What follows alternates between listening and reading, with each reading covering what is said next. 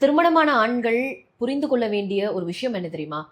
After marriage உங்க பெற்றோர்கள் உங்க உடன் பிறந்தோர் உடனான அன்பை, உறவை தக்க வைத்துக் கொள்வதற்காக நீங்கள் மேற்கொள்ளும் அதிகப்படியான முயற்சியை கைவிடுங்கள்.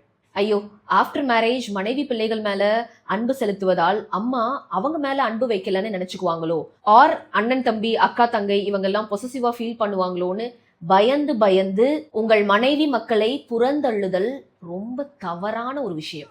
ஆக்சுவலி உங்க ரத்த உறவுகளுடனான உறவை தக்க வைத்துக் கொள்ள நீங்க எந்த எஃபோர்ட்டும் போடணும்னு அவசியமே இல்லை. பிகாஸ் அந்த உறவை யாராலும் மாற்றி அமைக்க முடியாது. ஏன்னா எவ்வளவு தொலைவில் இருந்தாலும் எவ்வளவு காலம் கழிச்சு பார்த்தாலும் ரத்த உறவுகளுடனான அன்பு ஒருபோதும் குறைய போவதில்லை. It's fixed. பட் மனைவி அப்படி அல்ல. அவங்க பாதியில வந்த உறவு.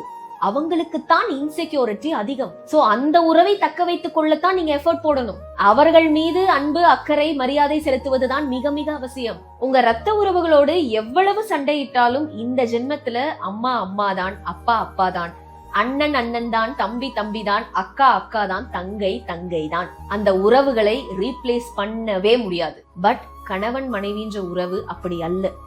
புதிதாக வந்த அந்த உறவுக்கு முக்கியத்துவம் கொடுங்க. அவங்களுக்கான ஸ்பேஸ கொடுங்க. அவர்கள் அன்பை அங்கீகாரம் செய்யுங்கள். அவங்க அன்பை, நம்பிக்கையை பலப்படுத்திக் கொள்ள வழிவகை செய்யுங்கள்.